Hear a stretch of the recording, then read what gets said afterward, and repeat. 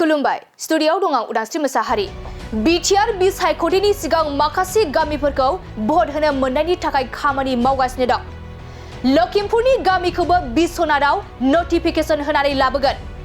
सनितपुर बिस्वनाथनि गोबां ओनसोलानो फरेस्टसोमोन।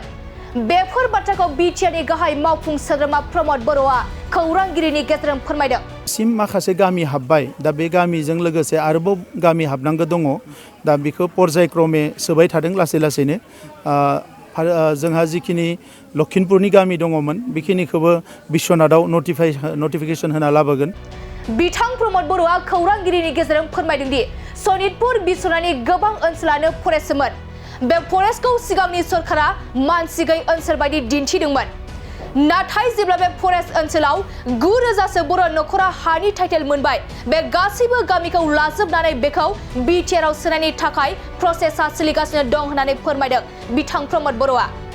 आरोबाव बिथाङा बिटिआर बिसायख'थिनि सिगां माखासे गामिफोरखौ भट होनो मोननायनि आरो बिटिआरआव थानो मोननायनि थाखाय खामानि मावगासिनो दं होनना फोरमायदों। बेनि अनगायैबो बिथां प्रमद बर'आ खौरांगिरिनि गेजेरजों मा फोरमायखो फै जों आबुङै मिथिना लानि। दासिम माखासे गामि हाबबाय दा बे गामिजों लोगोसे आरोबाव गामि हाबनांगौ दङ दा बेखौ पर्यायक्रमे सोबाय थादों लासैनो जोंहा जिखिनि लखिमपुरनि गामि दङमोन बेखिनिखौबो बिस्वनाथआव नटिफिकेशन होना लाबोगोन।